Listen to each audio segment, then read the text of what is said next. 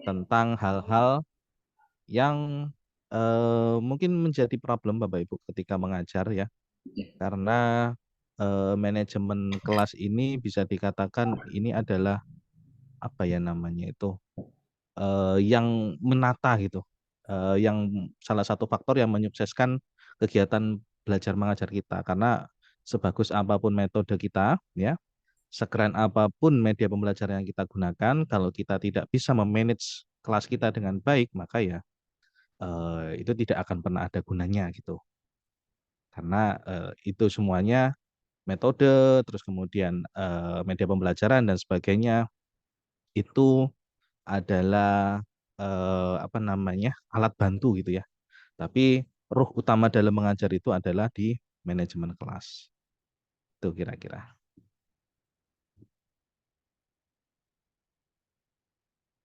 Mas Ridho. Oke, atau langsung saya lanjutkan ini Mas Ridho?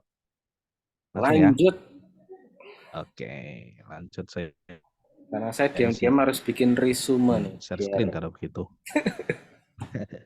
Baik-baik. Oh, sebentar. Loh, bentar PowerPoint saya hilang. Saya harus buka lagi. Sambil nanti Bapak Ibu ketika saya menjelaskan ya, menyampaikan materi, Bapak Ibu kalau mau curhat, mau ada pertanyaan, boleh langsung dituliskan saja di kolom komentar begitu ya. Nanti ya. kita akan bahas sama-sama di eh, sesi khusus untuk pertanyaan Yes. nanti. Tapi kalau Baik, gatel kepingin menyalakan mic boleh ya Mas ya? boleh silakan. Bebas saja kita. Nah, Oke, kira-kira ini Bapak Ibu yang akan kita bahas adalah fundamental classroom management. Ya, perkenalkan dulu ini saya. Tadi sudah dikenalkan sama Mas Ridho ya. Asril Novian Alifi nama panjang saya. Novian Alifinya biasa disingkat Noah, jadi panggilan saya adalah Asril Noah. Wih, mirip-mirip sama Ariel Noah ya. ya. Bedanya kalau Ariel Noah itu punya separuh aku, kalau saya aku separuh. Ya, terus kemudian ini medsos saya, silakan akun-akun virtual saya, silakan Bapak Ibu kalau mau berinteraksi monggo, silakan ya. DM balas DM, komen balas komen, nanti kalau apa namanya ada miss call ya, saya balas miss call juga nanti. Oke, ini pengalaman saya sekira sudah 12 tahun lebih di dunia pendidikan, mulai jadi guru, terus kemudian kepala sekolah, aktivis pendidikan di Indonesia Mengajar, sampai konsultan pendidikan di beberapa lembaga, yaitu di Kementerian Agama, Kementerian Pendidikan, terus kemudian BP PAUD ya, dan sebagainya. Oke, ini buku saya yang tadi sudah diceritakan sedikit sama Mas Ridho ya, judulnya adalah Rockstar Teacher. Jadi Bapak Ibu sedikit cerita ya, dulu sebenarnya saya ini tidak pernah bercita-cita ingin jadi guru ya. Cita-cita saya adalah ingin jadi rockstar Bapak Ibu. Ya, saya dulu anak band. Cuma dalam perjalanan waktu saya tidak berhasil menemukan kunci gitar yang pas dengan suara saya. Gitu. Jadi bukan suara saya yang fals, gitarnya aja yang saya sampai sekarang nggak nemu kunci yang pas itu apa gitu kan untuk suara saya. Akhirnya saya mengurungkan niat dan akhirnya sering berjalannya waktu saya malah jadi guru gitu ya. Nah, tetapi semakin ke sini saya merasakan bahwa ternyata apa yang saya jalankan profesi jadi guru itu sebenarnya nggak jauh beda dengan cita-cita saya dulu, yaitu rockstar ya. Maka di sini saya menyampaikan refleksi-refleksi ya. Di buku ini saya menuliskan banyak sekali refleksi saya yang saya berkesimpulan bahwa seorang guru itu seharusnya juga seperti rockstar gitu ya. Nah, jadi saya selalu membayangkan bahwa setiap KBM ya, kegiatan belajar mengajar kita itu ibarat sebuah konser musik rock gitu kan. Jadi Bapak Ibu ini ya, kalau rockstar itu punya panggung, kalau kita punya kelas gitu ya. Kelas ada Kalau ya, kalau rockstar itu ada penonton, maka kita juga ada penonton kita, siapa? Siswa. Nah, maka kita sebagai rockstar-nya. Apa perbedaan antara seorang guru, persamaan antara seorang guru dan seorang rockstar adalah kira-kira ini Bapak Ibu. Jadi bayangan saya seorang guru itu harusnya seperti seorang rockstar ya, yang itu penampilannya selalu memukau ya. Bapak Ibu kalau ada yang pernah nonton konser ya, atau nonton konser di YouTube ya, acara apapun ya, mau dangdut akademi, orkes dangdut, acara konser musik rock dan sebagainya, atau orkestra dan sebagainya, itu biasanya penontonnya itu datang duluan, berjam-jam sebelum rockstar-nya datang, sebelum pemusiknya datang, gitu ya. Dan sudah ditunggu banget ini, konsernya, penampilan, bintangnya ini sudah ditunggu banget ya. Menurut saya harusnya seorang guru pun juga seperti itu. Kehadirannya itu selalu ditunggu sama siswanya, gitu ya. Jadi misalnya Mas Rido jadi guru gitu ya di satu sekolah, baru nyampe pintu gerbang itu udah ditarik-tarik, "Ayo Pak Rido masuk kelas," gitu. Nah, berarti Pak Rido bisa dikatakan kalau menurut saya adalah sudah menjadi rockstar teacher, karena kehadirannya selalu dinanti sama siswa. Iya, saya dulu Terus Bapak dinanti, Ibu Mas. Tapi kenapa? saya dulu juga dinanti-nanti tapi disuruh diajak main malah. Oh gitu ya. Sama rockstar juga berarti ya.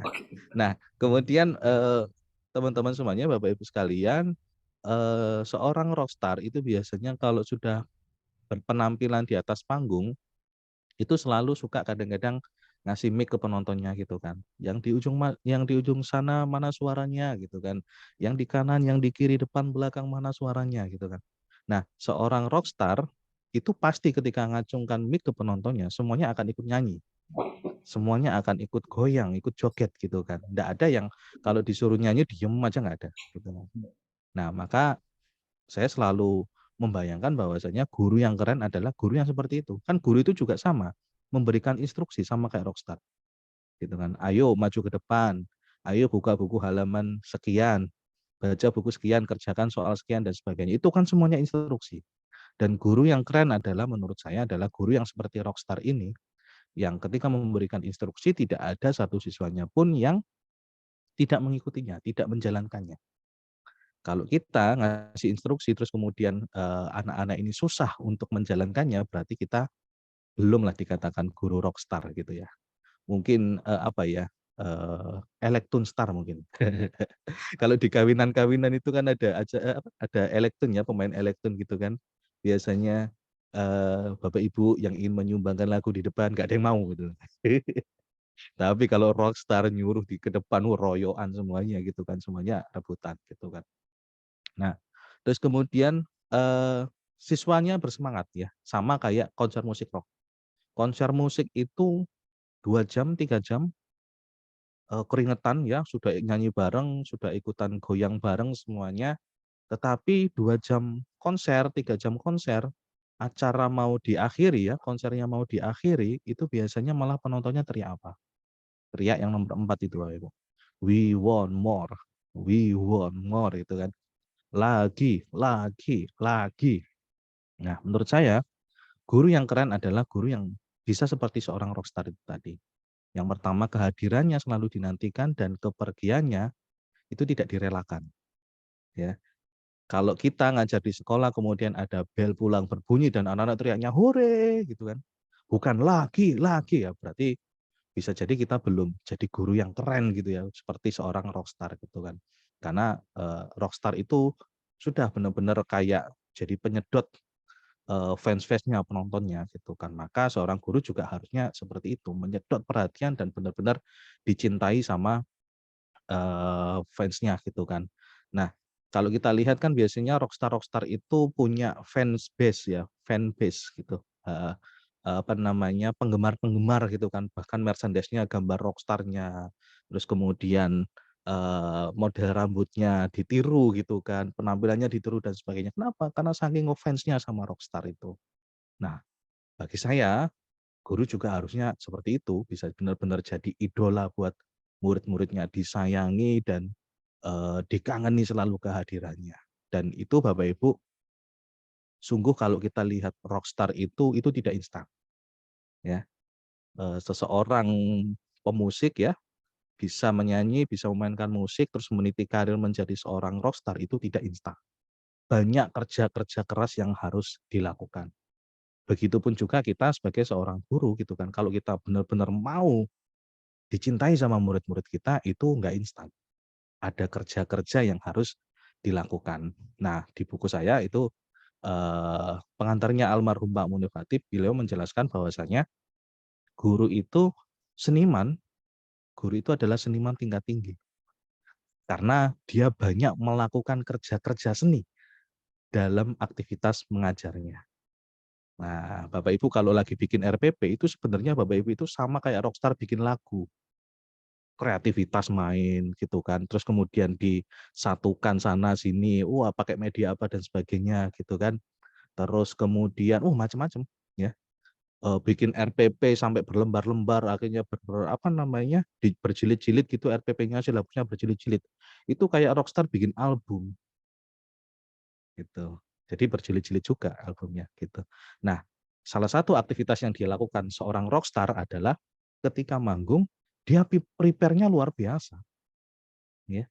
Kita lihat ini adalah salah satu, aktivitas, sebelum rockstar itu manggung. Apa? Setting, di-setting panggungnya, gitu ya. Wah, ini panggungnya berapa meter luasnya, kemudian harus sesuai dengan kapasitas penonton, tempat konsernya dan sebagainya. Nah, guru pun juga seperti ini Bapak Ibu, kerjanya itu sama. Dia juga harus bisa memperkirakan satu kelas ini muat berapa orang, gitu kan. Terus kemudian, apa namanya, settingan panggungnya bagaimana dan sebagainya.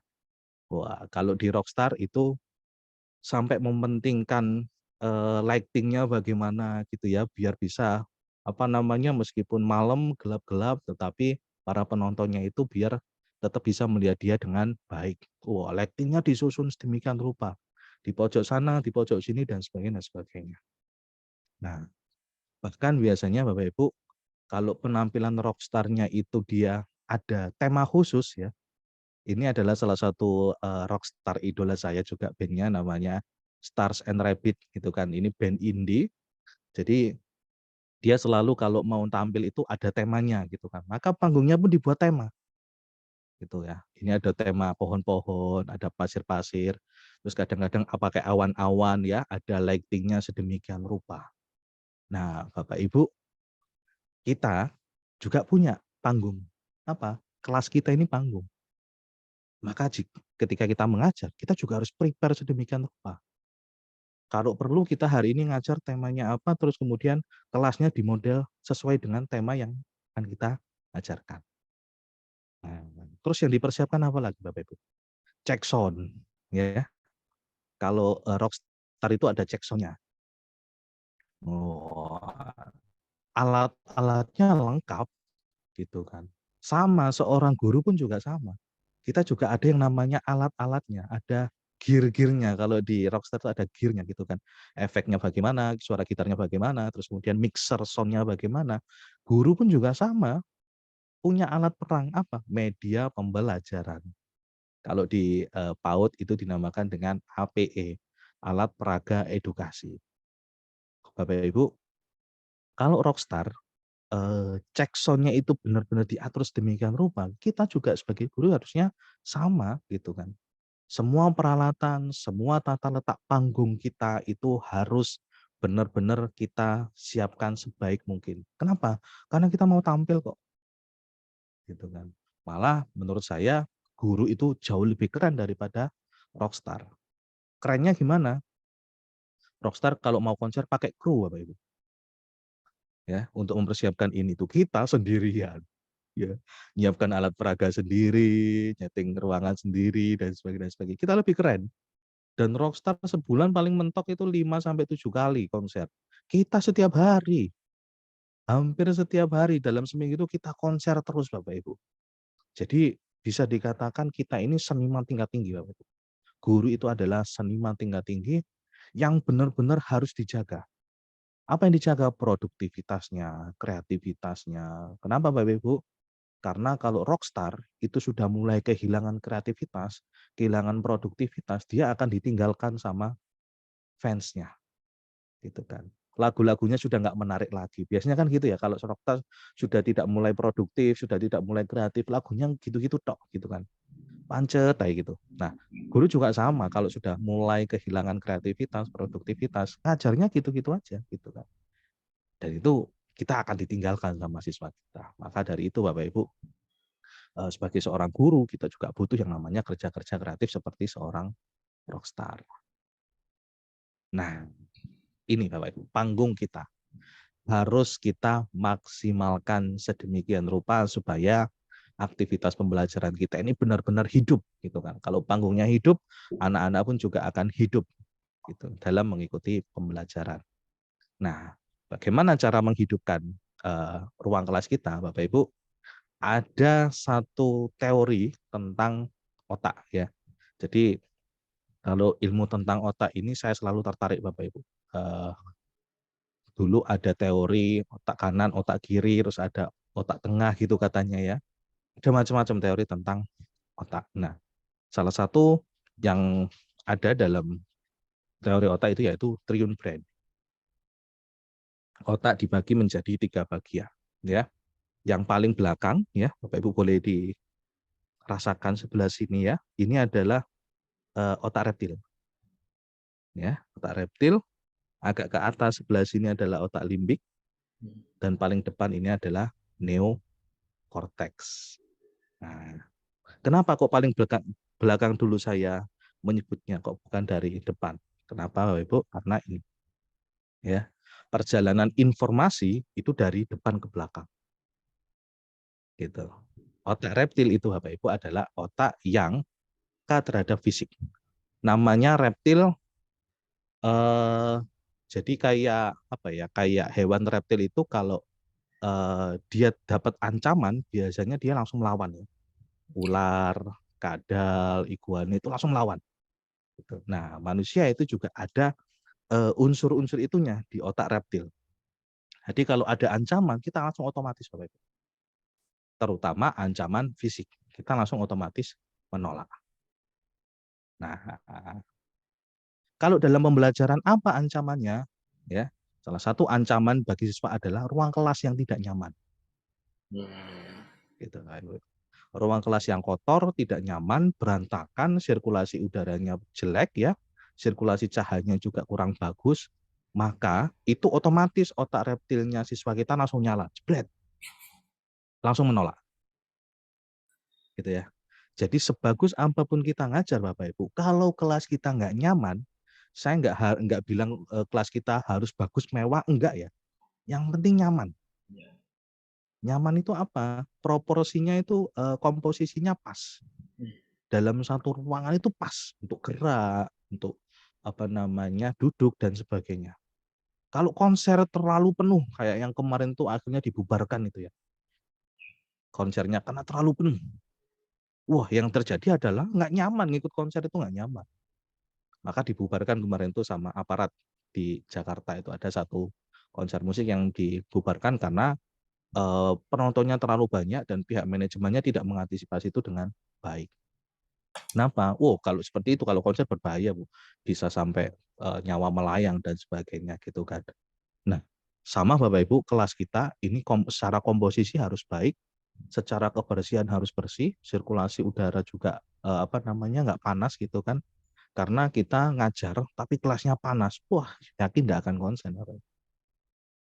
Gitu ya. Kelas panas itu sudah pasti. Kita aja kalau ada di ruangan yang panas itu pasti nggak akan betah. Diajak ngobrol itu sudah nggak nyambung kita. Sama dengan belajar kalau sudah kondisi kelasnya itu tidak nyaman, maka itu juga apa namanya tidak akan bisa masuk anak-anak. Gitu. Nah, terus kemudian ke sini ini otak limbik Bapak Ibu. Nah, kalau otak fisik, otak reptil itu peka terhadap rangsangan-rangsangan fisik, otak limbik ini peka terhadap rangsangan emosi.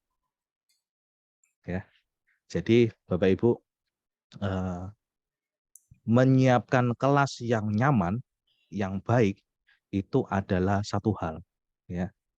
Tetapi kelasnya sudah nyaman, kalau gurunya tidak bisa memberikan emosi yang baik, maka percuma Bapak Ibu. Itu juga tidak akan bisa menghadirkan pembelajaran yang baik juga. Ya, kelasnya sudah rapi, sudah bersih, sudah nyaman, catnya bagus gitu kan, aromanya wangi gitu kan, tapi gurunya ngajarnya waduh, mencurang gitu ya. Ya, apa namanya, kepala semuanya ke sini gitu loh, kerutnya ke sini semua gitu kan. Ini Dikit-dikit ada bentak, dikit-dikit marah gitu. alisnya Gimana ketemu Mas? Mas, kanan dan kiri. Gitu ya. Jadi gitu Bapak Ibu. Eh, sama seperti kalau kita makan lah Bapak Ibu ya. Kita makan di hadapan kita makan misalnya sama pasangan kita, sama suami atau istri kita gitu kan. Makan gitu, terus kemudian makanannya enak gitu kan, menunya luar biasa, menu kesukaan gitu kan. Tapi tiba-tiba salah ngomong ya, lagi makan terus ngobrol, ada salah ngomong terus kemudian ngambek, waduh sudah makanan yang enak itu sudah nggak selera lagi gitu. Kenapa? Karena secara emosi kita sudah tidak dibuat nyaman gitu. Nah, Enggak maka Bapak mood. Ibu, kalau kita ingin menghadirkan pembelajaran yang keren di dalam kelas kita, maka yang pertama siapkan fisiknya ya. Fisik kelasnya harus bersih dan nyaman, sirkulasi udara bagus, sirkulasi cahaya bagus. Yang kedua adalah menyiapkan kenyamanan emosi. Pasang tampang yang senyum gitu kan, apa namanya, nada suara yang ceria itu, "Halo anak-anak," dan sebagainya gitu ya. Nah, kita kembali sebentar ke yang ketiga tadi ya. Sip. Nah, ini. Jadi ada otak reptil, otak limbik, dan otak neokorteks. Neokorteks ini adalah yang berhubungan dengan logika, Bapak Ibu. Kalau reptil ini adalah apa namanya, terhadap fisik, emosi ya. Kalau limbik, neokorteks ini logika. Nah, Bapak Ibu, eh, manajemen kelas itu ranahnya ada di dua ini, Bapak Ibu. Otak reptil dan otak limbik. Sementara neokorteks itu ada di ranahnya metode. Metode itu ada hubungannya dengan logika, Bapak. Metode mengajar yang baik dan sebagainya itu adalah ada hubungannya dengan logika. Dan ini rutenya adalah dari depan ke belakang, bukan dari ke belakang ke depan ya, sorry. Bukan depan ke belakang. Seperti itu Bapak Ibu. Jadi yang harus kita lakukan adalah bikin nyaman fisik, bikin nyaman emosi, baru kemudian kita masuk ke metode pembelajaran, kita menyasar yang namanya logika. Kalau Bapak Ibu masuk kelas langsung logika pasti menolak. Ya, anak-anak pasti nggak akan nyaman. Masuk kelas, ayo anak-anak buka buku halaman sekian, wah gitu langsung gitu kan, langsung pada intinya gitu. Padahal Bapak Ibu, yang namanya apa namanya, otak manusia itu suka dengan yang namanya basa-basi, ya. Basa-basi Bapak Ibu. Kenapa? Karena basa-basi itu membuat otak kita nyaman secara emosi gitu. Kalau kita mau pinjam uang aja misalnya, Mas Ridho misalnya pinjam uang gitu kan ke temennya gitu kan. Nggak mungkin kan ketemu temennya langsung pinjam uang itu enggak kan. Eh, main ke rumah temennya, gimana apa kabar? Libur dah ini. Sambil ngelus-ngelus Kok dengkulnya biasanya. iya ya. Lagi libur dah Jon. Ya. Oh, kok nggak kerja? Wah, gimana kerjaanmu? Ngobrol gitu lama gitu. Intinya itu belakangan, pinjam uangnya itu belakangan. Kenapa? Karena orang kalau langsung ditonjok intinya gitu kan pinjam uang itu pasti akan menolak. Kenapa? Karena secara emosi belum nyaman dulu. Secara fisik juga belum nyaman dulu. Gitu kan. Kalau kita lihat misalnya ke mall gitu kan, ada salesnya gitu. Pasti kan salesnya itu ya cantik-cantik, ganteng-ganteng ya. Kenapa? Karena kita dibuat nyaman dulu secara otak reptil kita. Kalau kita mau menawarkan barang tapi dandanannya amburadul ya sudah nggak bikin tertarik kita. Kita tidak dibuat apa namanya nyaman secara otak reptil. Ya. Dandanannya compang-camping, terus kemudian waduh ada Belum mandi. beleknya, wah, nggak mau mandi baunya luar biasa, mau deketin kita. Pikiran kita adalah ini orang ini mau ngapain? Mau garong, mau nyopet, atau mau apa gitu kan? Nggak dibikin nyaman dulu gitu kan. Tapi kalau sales yang baik adalah buat dandan yang rapi, wangi, ya, berpenampilan baik, senyum dan sebagainya. Terus kemudian baru dibuat nyaman secara emosi, pakai kata-kata yang lembut, nggak langsung menawarkan barang gitu kan. Nah, Bapak Ibu boleh dibantu apa gitu, biasanya kan ada basa-basinya gitu. Nah, Ya. sama juga dengan belajar Bapak Ibu. Belajar itu juga aktivitas komunikasi. Maka kita juga harus ada yang namanya aktivitas basa-basi. Nah, aktivitas basa-basinya itu ada di mana ranahnya? Di manajemen kelas. Dinyamankan secara fisik, dinyamankan secara emosi, baru kita dinyamankan secara logika. Kita pakai metode pembelajaran yang keren-keren gitu kan. Oke, nah kita lanjut ke yang pertama dulu ya, di otak reptil. Ya, bahasan kita hari ini ada di otak reptil dulu. Oke, otak reptil ini membuat siswa nyaman secara fisik. Ya, kita akan memuaskan otak reptil kita. Oke, nah bagaimana cara memuaskan otak reptil? Ya, yaitu dengan membuat nyaman panca inderanya anak-anak. Ya, secara mata, secara bibir, secara hidung dan sebagainya. Terutama pada bagian mata dan hidung, Bapak Ibu. Kenapa mata dan hidung ini banget? Terutama hidung sih. Hidung ini luar biasa. Kita ketemu orang yang cakep luar biasa gitu kan. Dandanannya keren gitu kan. Pakai jas misalnya kalian cowok gitu kan. Yang cewek misalnya cantik banget gitu kan. Tapi begitu didekati baunya luar biasa. Waduh. Itu kadang-kadang secantik apapun kita langsung waduh, menolak duluan, seganteng apapun kita menolak duluan gitu Bapak Ibu ya. Nah, sama Bapak Ibu kalau misalkan kita lagi makan ya, di sebelah kita ada bau yang luar biasa gitu kan. Yang sangat Sebatal. menyengat. Waduh, makanan seenak apapun, dikemas secara apapun, pakai garnish ini itu dan sebagainya, itu biasanya sudah nggak selera. Gitu kan. Berarti Nah, anu Mas ya. Pas biasanya kan ada kelas-kelas itu yang full AC terus ruangannya tertutup ya. hmm, Terus kita pas hmm, dapat jam pertama buka hmm. kelas terus bukanya telat kan masih pengap-pengap bau-bau spesial tuh ya. Nah, itu sudah. Saya ada di Surabaya itu pernah supervisi kelas. Apa namanya? Sekolahnya itu di dekat pabrik. Dan Hmm. itu tempat pembuangan limbah. Hmm. Sudah saya keliengan Bu itu. Padahal nggak jadi siswanya. Siswanya malah gimana? Pada pingsan Iya, atau sama karena pembuangan limbah itu ada waktu-waktu tertentu oh, gitu. oke. Ada di hari tertentu, ada di jam tertentu dan kata Hmm. gurunya biasanya kalau sudah hari gini Mas, biasanya saya ajak keluar gitu. Belajarnya di luar Oh, anak-anaknya belajarnya di gitu. luar, nggak di kelas. Belajarnya di luar gitu. Nah ini kebetulan sampean ke sini mau supervisi ya terpaksa Di gitu. kelas. Oh gitu ya Bu, salah. Harusnya sampean keluar saja nggak apa-apa saya ikut keluar gitu kan. Oh iya, iya, iya. Gitu. Jadi sudah nggak bisa efektif.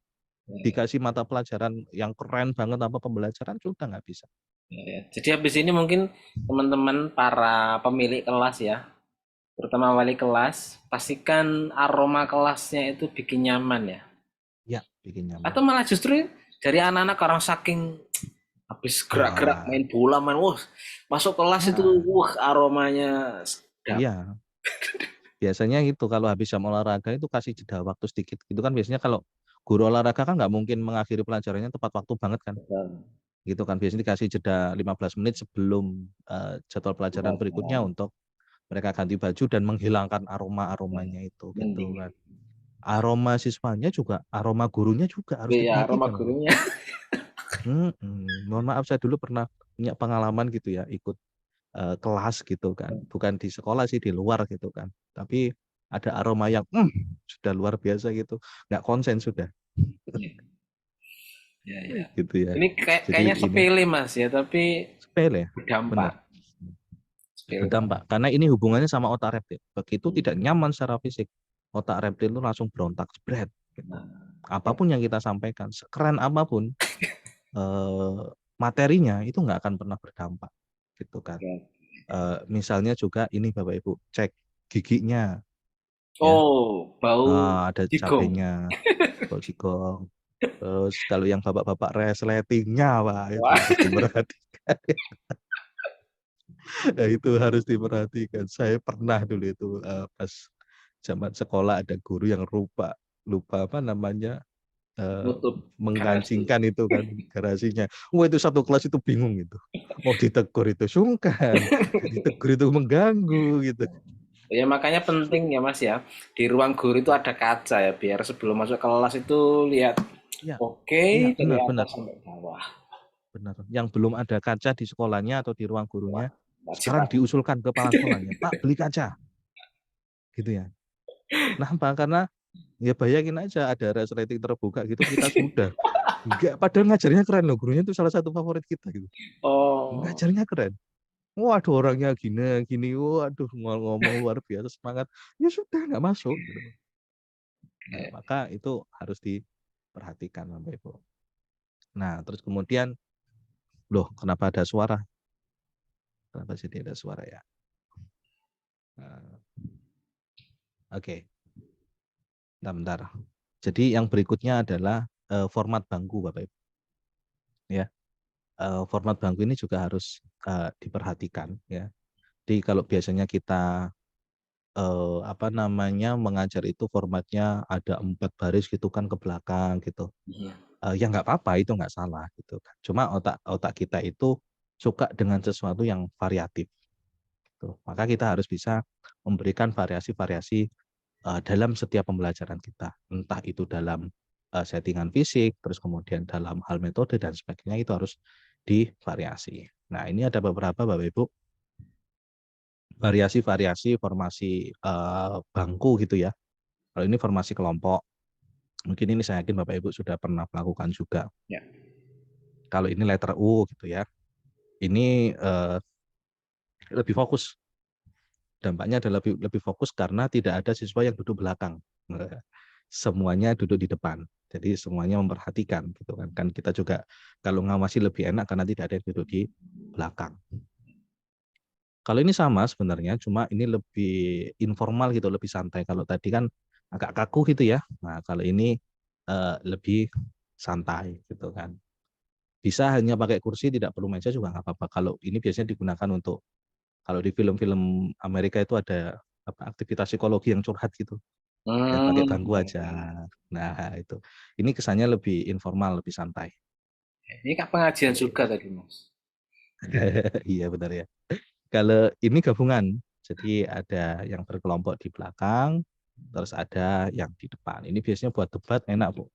Jadi Oh. perwakilan dari kelompok maju ke depan ke yang letter U ya, Hmm. yang lain di situ menyimak gitu. Jadi kalau pernah tahu ada acara kayak Mata Najwa atau apa itu kan debatnya Hmm. kan di meja khusus ya di depan ya, Hmm. supporternya di belakang gitu loh. Hmm. Jadi itu kayak gitu kira-kira.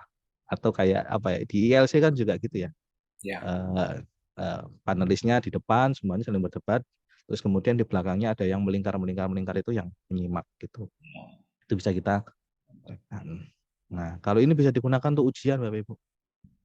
Nah tentu soal ujiannya harus beda antara kiri dan kanan. Kalau sama sangat terbantu sekali untuk mencontekkan informasi ini ya. Atau untuk praktek itu bisa. Nah, atau Bapak Ibu sudah kita belajar nggak usah di kelas gitu kan. Gitu lah. Kenapa? Karena ruang kelas itu tidak hanya bangunan persegi 4 yang ada temboknya gitu kan. Semua tempat itu bisa jadi ruang kelas buat kita. Tuh. Oke. Kemudian yang perlu diperhatikan juga adalah display kelas. Jadi display kelas ini jangan biarkan dinding-dinding kita Bapak Ibu itu kosong. Kenapa? Karena anak-anak pun bisa juga belajar dari dinding-dinding kelas kita selama kita juga menghidupkan dinding-dinding kelas kita dengan display ya. Ada beberapa display yaitu display karya siswa dan nanti ada display materi-materi pengayaan. Jadi Bapak Ibu apapun hasil karya siswa kita itu ditempel gitu ya. Kalau display karya siswa ini biasanya dari aktivitas pembelajaran menghasilkan produk kemudian ditempel. Nah, dan karya-karya siswa ini selain ditempel di kelas kita itu juga bisa juga nanti dibuat untuk pameran produk ya saat penerimaan rapot. Jadi siswa wali murid itu datang ke sekolah kita itu tidak hanya untuk menerima rapot tapi juga bisa menikmati produk-produk anak-anaknya ya. Bisa kayak gini ya, ini hasil display hasil karya siswa di display, terus kemudian kalau ini yang biasanya sering saya lakukan juga emotional bank account gitu kan. Jadi setelah mengikuti pelajaran gitu anak-anak merefleksikan atau mencurhatkan gitu kan apa yang perasaannya. dia rasakan selama seharian ini gitu kan. Oh, Bisa pakai sticky note seperti ini. Tuh, ini macam-macam. Wah, itu biasanya kalau anak SD luar biasa, itu jujur sekali. Aku hari ini diantemi sama Robi, biasanya gitu anak-anak itu. Karena habis berantem biasanya gitu. Jujur sekali. Dan ini bagian dari literasi juga. Bapak Ibu kalau pernah nonton Freedom Writer, ya, film Freedom Writer itu seorang guru yang berusaha jadi seorang guru ini ada mengajar pada sekolah yang isinya itu preman-preman. Ya, suka tawuran, geng motor, dan bahkan bawa pistol dan sebagainya. Kalau di sekolah isinya berantem gitu. Isunya rasisme antara siswa yang kulit hitam dan kulit putih. Jadi kalau ketemu ya kulit hitam sama kulit putih nggak pernah akur. Nah, ya. untuk mengakurkan mereka, seorang guru ini kisah nyata ini, Pak Wib, difilmkan. Eh, Cara mengakurkannya adalah disuruh curhat ke mereka. Tapi Oh, tidak lewat kartu, lewat buku. Ya, jadi dikasih buku tulis, terus kemudian menuliskan perasaan mereka setiap hari ketika belajar dan apa yang dirasakan. Terus kemudian ditaruh di dalam lemari khusus. Kalau yang pengen ceritanya dibaca sama gurunya. Kalau yang enggak, silakan dibawa pulang. Nah, jadi ini aktivitas apa ya Bapak Ibu? Refleksi ini adalah aktivitas menata emosi. Jadi bisa melampiaskan emosi pada sesuatu yang lebih produktif dengan tulisan salah satunya. Bisa juga ini hasil karya-karya anak juga class mission statement. Jadi anak-anak ini punya statement misi, ya, punya janji bersama gitu kan, bahwa kelas kita ini adalah kelas yang harus kompak, saling peduli dan sebagainya. Nah, ini misi statementnya. Masing-masing anak punya statement-statement tertentu tentang impiannya, tentang cita-citanya, tentang harapan-harapannya dan sebagainya. Nah, kalau ini ya sering kita jumpai ya, struktur kelas ya. Struktur kelas itu kan kalau biasanya kita kaku gitu ya, pakai dena kelas gitu, kotak-kotak gitu kan, bangku guru, bangku siswa dan sebagainya. Kita bisa kreasikan sekarang ya. Ada juga pojok-pojok pengetahuan, ada science corner, ada art corner dan sebagainya. Nah, atau kalau anak-anak biasanya sih saya suka pakai mind map ya untuk membuat kesimpulan, untuk membuat rangkuman mata pelajaran. Itu saya biasanya pakai mind map, dan mind mapnya ini kemudian ditempel di kelas. Bisa seperti ini mind mapnya, ini dan sebagainya. Oke, dari sini oh, dulu Mas Rido. oh yes. Ada Terima mungkin kasih kita Mas ada diskusi Asrul. dulu.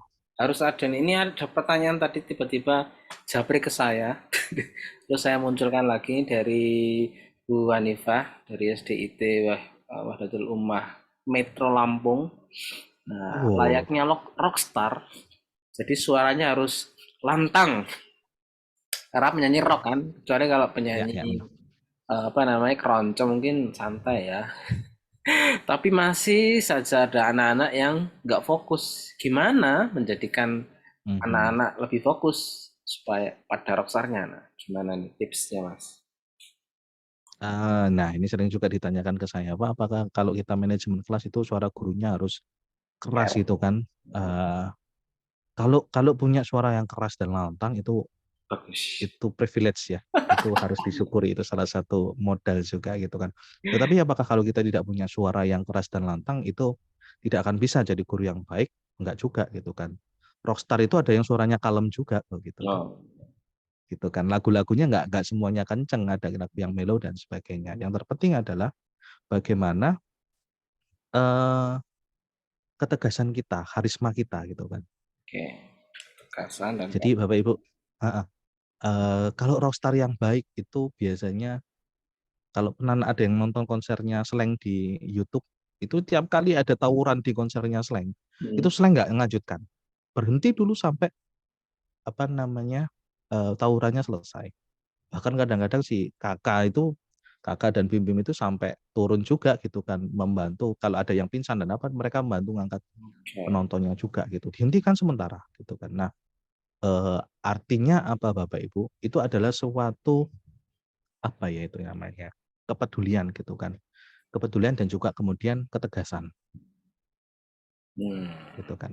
Tegas berbeda dengan keras ya. Kita mungkin orangnya kalem tapi harus tegas gitu kan. Nah, harus tegas itu maksudnya apa? Ya kalau kakak tadi kan tegas ya, misalnya di slang itu kan tegas-tegas orangnya gitu kan. Hmm. Ya kalau sudah ada tawuran kita nggak mau main, selesai. Hmm. Gitu kan. Bapak Ibu juga harus punya yang namanya ketegasan. Nah, ketegasan itu diwujudkan dalam apa? Dengan peraturan kelas, Oke. dengan kesepakatan kelas. Sorry, kesepakatannya bukan peraturan kelas. Saya katakan kesepakatan karena kalau peraturan itu biasanya datangnya satu arah dari guru atau dari sekolah. Kan tata tertib sekolah 1, 2, 3, 4, dan 5 dan seterusnya dan seterusnya. Siswa kan tidak ikut dalam proses penentuan poin-poin peraturan itu, benar ya. Tapi kalau kesepakatan kelas, nah itu sama-sama disepakati diskusi antara siswa dan guru, ya supaya kelas kita berjalan lancar. Ini yang harus kita lakukan dan ini yang nggak boleh kita lakukan.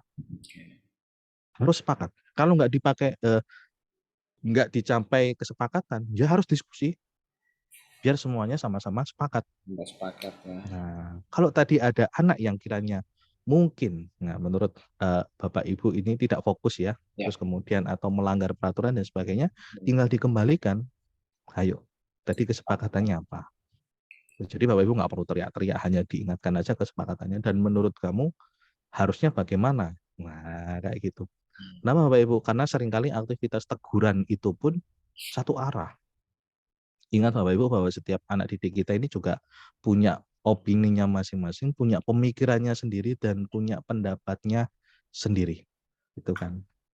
Kita sebagai orang dewasa di kelas kita ya bukan berarti kita yang tahu segalanya, enggak gitu kan. Kita juga harus menyadari bahwasanya ya mungkin siswa-siswa kita ini hanyalah manusia-manusia yang usianya jauh di bawah kita, tetapi mereka tetap manusia Yes, ini yang punya filosofi. pemikirannya sendiri, ya, punya pemikirannya sendiri, punya pendapatnya sendiri, punya perasaan sendiri, dan itu harus saling dikomunikasikan dan dinegosiasikan. Ya. Ini gayanya Pak Mudif banget ini, memanusiakan manusia nih. Memanusiakan manusia. Oke, Nah, Mas Asri, ini ada pertanyaan. Yang pertama dari Pak Alif atau Bu Alif ini ya. Ini agak agak personal pertanyaannya. Apa yang menjadi turning point sehingga memilih jadi pengajar bukan jadi rockstar aja? ya itu tadi Pak, karena saya nggak nemu suara Oh, yang nggak cocok nemu. dengan Jadi itu bukan alasan tapi memang betulan ya. betulan, karena skillnya nggak nutut aja. Ya, ya, ya. Harus banting setir jadi Eh, pengajar ini. iya. Oke. Nanti mungkin bisa dibahas di ya sesi yang lebih private ya. Ya, Nah, itu ini ada di buku pertanyaan. saya tulis kok. Oh, Di jadi buku harus saya baca tulis tadi. bukunya ya, biar tahu Ya. turning point-nya. Jangan-jangan ini yang tanya juga mau ini banting setir nih, kebalik. Jadi pengajar mau jadi rockstar ini. Wah, siap, siap. Nah, ini pertanyaan masuk di DM saya, Mas Asril. Jadi izin bertanya, pertanyaan dari Bu Nur Intan Sari. Menurut Mas Asril, apakah jumlah murid di kelas itu mempengaruhi kualitas pembelajaran kita? Hmm. Ya, Jelas berpengaruh sih menurut saya, karena komposisi itu tadi. oke, jelas ya. Komposisi dan eh, luas ruangannya. Oh iya, Kalau luas, kata iya kuncinya berarti kan rasionya. nyaman ya. Iya, lebih kenyamanan itu sih Bu. Kalau kita memaksakan gitu ya, karena mungkin biasanya ada di beberapa sekolah swasta itu nggak tahan lihat eh, sekolahnya ini laris gitu ya. Iya, Diterima aja padahal ruangannya ini nggak ya cukup ruangnya gitu. nggak cukup. Nah, akhirnya disesel-seselkan itu Iya, anak-anak nggak bisa nafas dan iya, sebagainya. Gitu kan. Otomatis itu mempengaruhi kenyamanan betul, gitu kan. betul, betul. Tapi apakah jumlah siswa itu kalau misalkan jumlahnya banyak dan ruangannya cukup, Besar. apakah itu mempengaruhi kualitas pembelajaran kita? Itu lagi kalau itu tergantung dari skill kita memanage kelas. Ya, yes. Gitu ya. Jadi Kalau misalnya ada seorang rockstar konser kalau rockstar beneran konser di stadion yang besar ya, puluhan ribu orang ada di sana, karena dia sudah rockstar ya, nggak masalah. Ya, Bisa itu dikendalikan ya. gitu Kalau ya. kita penyanyi pemula tiba-tiba dihadapkan Wah, ya sudah. satu kelas itu sudah pusing. Eh, eh, se- Masih Tapi pemula. kalau apa namanya masih pemula mungkin nyanyinya enak, main musiknya enak. Tapi kalau pemula lihat orang 10.000 kayak gitu, nggak tahu skillnya, nggak punya jam terbang yang tinggi ya, Ya pingsan. Pulang. pasti akan gagal itu konsernya. Oke. Begitu juga ketika kita mengajar. Hmm. Ruangannya besar, kita hanya seorang diri, Hmm. tergantung kita. Hmm. Hmm. Kalau itu hubungannya sama skill ya, skill Ya. manajemen kelas kita. Gitu Mas Rido. Oke, baik-baik. Terima kasih, Mas Asri. Mohon maaf, teman-teman. Wah, pas setengah 9. Iya. Jadi seperti janji saya ya, nggak perlu lama-lama dan tenang saja akan ada sesi-sesi EduTalk berikutnya yang boleh jadi akan melanjutkan pembahasan kita malam ini terkait dengan classroom management. Kalau boleh saya rangkum sedikit.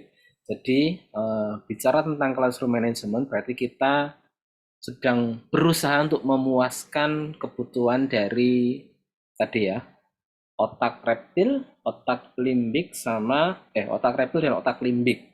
Jika ininya sudah beres, sudah nyaman kelasnya, anaknya sudah nyaman, kita bisa bergeser ke emosionalnya, lalu bisa kita pakai metode yang tepat. Nah, bagaimana detailnya ngurusin otak reptilnya anak-anak, jadi dia tidak apa ya, tidak seperti sedang melawan kita karena merasa berbahaya, lalu mengizinkan kita untuk mendampingi dia mengarungi samudra ilmu pengetahuan akan kita bahas di edisi berikutnya. Sebagai informasi, jadi saya dan Mas Asril nanti di minggu depan sedang menyiapkan kelas khusus untuk belajar tentang memanajemen kelas. Cuman karena pertemuannya online, kita ambil beberapa materi yang esensial terkait dengan manajemen kelas. Info detailnya seperti apa, nanti akan saya sampaikan di grup pimpinannya teman-teman ataupun di channel Telegram ya.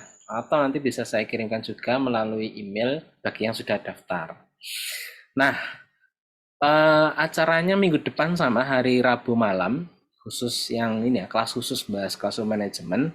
Silakan teman-teman nanti bisa daftar. Nah, khusus yang daftar malam ini ada tawaran spesial dengan special discount potongan investasi bagi teman-teman yang mendaftarkan malam hari ini atau langsung request ke Pak Kepala Sekolahnya atau pimpinan yayasannya untuk mengikut sertakan. Teman-teman bisa ikut. Daftarnya di mana? Daftarnya di sini. Saya tulis di kolom chat ya. Oke.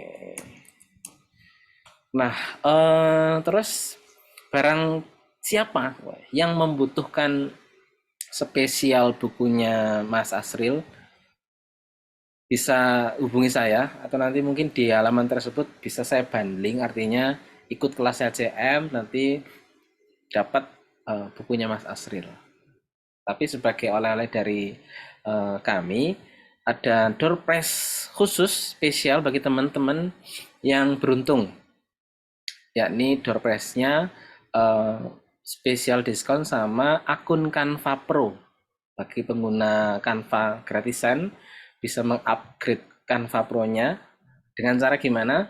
Caranya gampang banget. Yang pertama, silakan tulis insight refleksinya teman-teman setelah ikut di sesi malam hari ini melalui media sosial, bisa Facebook, bisa Instagram, lalu tag Tanirana Eduka atau saya. Nanti teman-teman yang terpilih akan saya japri dan berhak untuk mengklaim akun Canva Pro-nya. Masa berlaku Canva Pro-nya bisa lifetime, tapi saya hanya bisa menggaransi 1 tahun untuk bisa digunakan. Kalau bisa digunakan lebih 1 tahun berarti itu rezekinya teman-teman.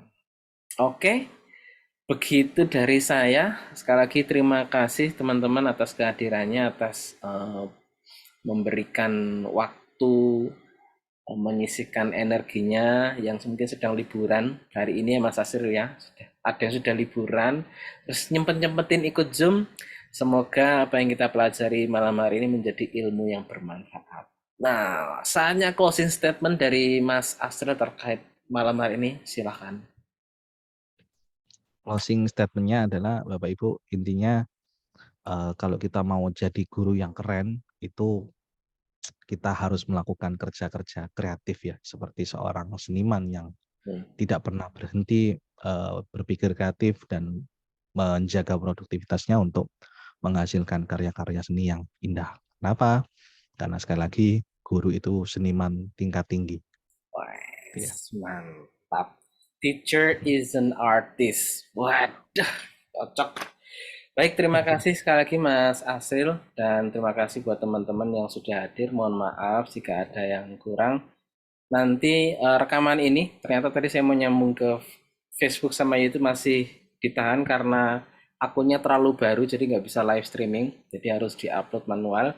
Insya Allah malam ini langsung saya upload, biar besok akan saya sharekan link jika teman-teman ingin melihat tayangan ulang dari pertemuan pada malam hari ini. Sekali lagi terima kasih, mohon maaf jika ada yang kurang dari saya ataupun Mas Asril. Dan sampai jumpa di edisi berikutnya. Assalamualaikum warahmatullahi wabarakatuh. Waalaikumsalam.